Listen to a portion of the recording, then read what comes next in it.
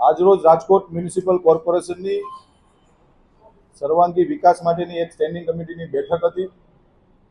આ બેઠકની અંદર કુલ 63 દરખાસ્તો હતી।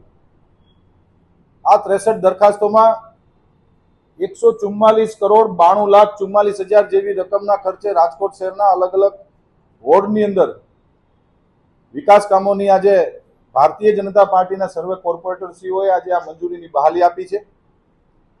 કુલ 63 દરખાસ્તની અંદર 2 દરખાસ્તને વધુ અભ્યાસ અર્થે પેન્ડિંગ રાખવામાં આવી અને એક દરખાસ્ત જે મોરબી રોડ ઉપર ગાંડીવેલ અને જે રાજી નદીના પટની અંદર જે ગાંડીવેલ કામ કરતી કંપની છે, એજન્સી છે, એને 2 વર્ષનો કોન્ટ્રાક્ટ હતો અને વધુ 1 વર્ષ માટે એને કામ માટેની એક દરખાસ્ત માનનીય મ્યુનિસિપલ કમિશનર બ્રાન્ચમાંથી આવી હતી।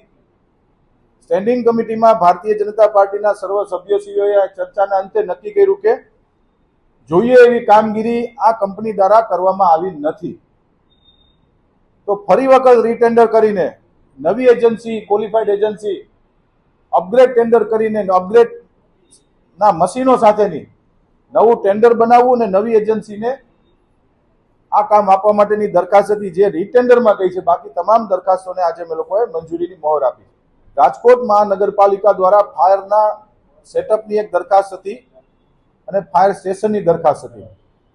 આ બંને દરખાસ્તોમાં નવું જે ફાયરનું સેટઅપ અને નવા ફાયર સ્ટેશન રાજ્ય સરકારની સૂચનાથી 2 લાખની વસ્તીએ જે એક ફાયર સ્ટેશન બનાવવાનો જે સરકારની સૂચનાઓ આવી એનું ઇમ્પ્લિમેન્ટેશન, એનું અનુકરણ કરીને આ દરખાસ્તને પણ મંજૂર કરવામાં આવી છે। રાજકોટ મહાનગરપાલિકાએ ચાલુ નાણાકીય વર્ષની અંદર બજેટ દ્વારા સ્ટેન્ડિંગ કમિટી દ્વારા એક દરખાસ્ત સારી મૂકવામાં આવી હતી કે રાજકોટના શહેરીજનોના પરિવારમાં જન્મ થનાર દીકરો કે દીકરી ના નામનું રાજકોટ મહાનગરપાલિકા એક વૃક્ષ વાવશે। રાજકોટ શહેર દિન પ્રતિદિન મોટું બનતું જાય છે, વસ્તી વધે છે, વૃક્ષોની પણ વસ્તી વધવી જોઈએ એવું સ્પષ્ટ ભારતીય જનતા પાર્ટીના શાસકોનું માનવું છે।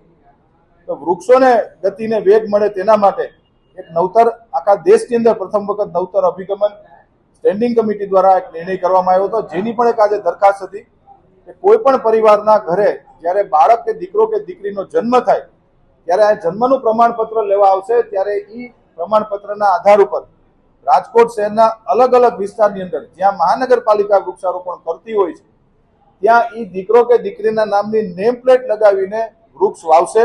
એની ઉપર વૃક્ષનું જતન કરવામાં આવશે, એની ઉપર પિંજરું લગાડવામાં આવશે અને સમયાંતરે એ પરિવારને જીઓ ટેગિંગના માધ્યમથી વૃક્ષ કેટલો ઉછેર થયો છે એમની પણ માહિતી અમે આપવામાં આવશે। એ બહુ સારી દરખાસ્ત હતી, એને પણ આજે મંજૂરીની મહોર આપવામાં આવી।